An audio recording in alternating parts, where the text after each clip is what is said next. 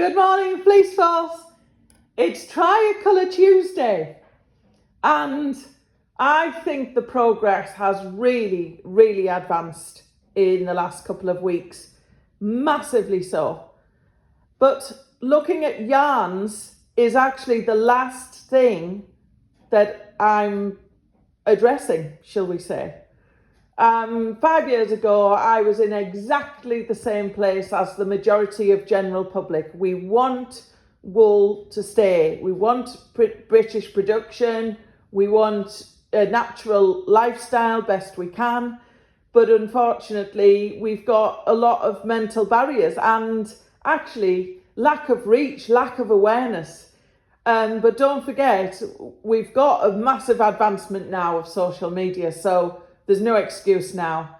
5 years ago, I tipped a first fleece into a bucket of water, and I had to start manipulating other craft areas first. And that was a really good approach, a bottom up first. So starting with the farmers, starting with very basic craft, big markets, but very basic craft areas that were very affordable and accessible to the majority of people.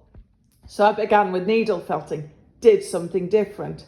I started with acrylic or imported industrially processed fibre to then craft with and then demonstrate what UK wool can do differently. And the results were absolutely outstanding. But remember, the audience has spoken already. We want UK wool because we don't want to use synthetic ideally. We don't want to be forced into the system and completely locked in. Let's see if there's other avenues, other channels. So I went from needle felting to peg loom rug making, to saddle flocking, to furniture flocking. And actually, I kept everything very simple. All I'm doing at the mill is raw, washing, drying, carding, colouring, a little bit of colouring. And it's very simple, but opening up the different areas and unlocking those barriers, raising awareness, and that's what it's all about. Now, the critique I've had is, why don't I wear wool? And I'm thinking, I'm just going to hold off for that little bit of time, because when I start wearing wool, I want to wear UK wool with a purpose when I've made something different. I do have wool, but I want to make the transition from acrylic to wool when I feel that I've really got some big results, and it's going to take time, but things are escalating quite quickly now. So I just want to show you, the ideas that's going off in my head. But please feel free to look at the gallery, the photos, all the videos that we've done over the past 5 years on the other craft sections. Because when you're looking at yarn, you pick the best of the best in the fleece. So I've got, out of 83 breeds, I've got 10 breeds that could ideally go into yarn to eradicate the myth of itchy wool jumpers and itchy yarn, okay? No itch, no scratch breeds, and the highest grade. It can't have a picking on it. So what about the rest of the fleece? What about the other breeds? What about the other grades? So I opened up the other areas first. I stayed away from things like weaving because that area is very healthy and it would take me down a tangent road. Anyway, we're on to yarn to knitwear now. But I can apply some of the basic points that I'm going to do. I can apply that as in general, so they will apply to other craft areas as well. And that's why my other craft areas have been successful. So if we look at these 4 batches, we've got pure synthetic, we've got a wool synthetic blend, and we've got a Teeswater, UK wool, Teeswater by Flock and Skein, and we've got a shade of apple with a Blueface Leicester and Masham blend, okay? And I just want to put it out there. The reason why I've chosen this yarn is because it's from farms in Yorkshire directly up to yarn. So I know that it totally aligns with my own bottom-up approach. This yarn will actually really make a difference to the investment at the bottom, shall we say. Just to get started, okay? Now, if we talk about the texture first, because there's no point in adding colour to the wrong texture. So this is flat. It's very, very soft. It doesn't feel like natural fibre at all. You start to really get a proper feel for natural versus plastic, essentially. This is a wool blend.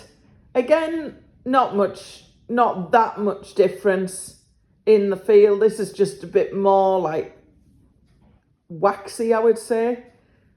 This is a little bit more natural feeling. Very, very soft. And that's obviously what our UK yarn has to compete against, that level of softness. If we're entering yarns into the market and knitwear into the market without this level of softness, again, and expecting people to wear it against the skin, it's just a non-starter. And that's why I've sort of thought about it for 5 years and done a lot of work on the breeds. This Teeswater, pure Teeswater, is beautiful. It is really beautiful. I can tell it's a natural fibre. And I'm pleased to say that it has had the same result of a test batch I actually sent into a spinning mill to get the feel of what an uncoloured yarn would feel like in I sent Teeswater and I also sent Blueface Leicester.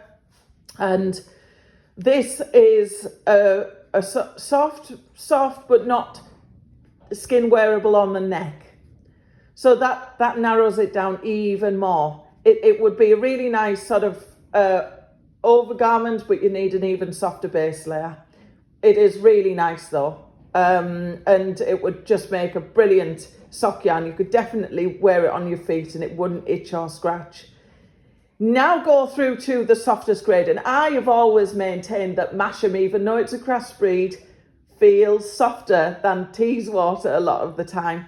And I tell you what's lifting this as well into the softness realm, because this is as soft as this. It's the Blueface Leicester blend, and I've always maintained this sort of blend as an absolute game changer. You just can't get the softness without Blueface Leicester or Shetland, in my opinion. This is the game changer, this one. Okay, let's talk about colour. I love these colours, but I wouldn't mix them up. And I think it's about the angle that you go at into the market, because wool it's so diverse. You can, if you've seen some of my videos back, right into horror, into gothic, into hippie, into old fashioned, into vintage. But really, we're looking for a bigger uptake, we're looking for contemporary, we're looking at modern, we're looking at vibe, we're looking at different colours. But you don't want it too eccentric and wacky. You just want, if you go down to the high street shop, look at the colours there and do better. That's what we need to do. And I know it's a tall order. This wool's traceable back to Yorkshire, by the way. I would do, with this sort of colour, this is essential, I would just do a garment that's monotonous to that lovely green colour in knitwear. And then it's about the design. You don't want it stuck into an old an old design unless you're sort of targeting that area. I think we need to start targeting younger and more modern.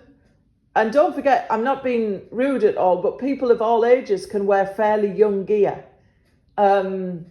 So remember, knitwear is a fairly flexible sizing as well, so we've got that advantage. But I just think we need to lift things out of the times, and I want to focus on colour because there's so much natural out there. There's so much natural stuff out there. So this is just to get, I'm sure this is just to get the thought process going. But if you look at the other craft stuff that's been going on, look at that as well, and you can just see some of these pop colours just lifting the whole thing into our modern world.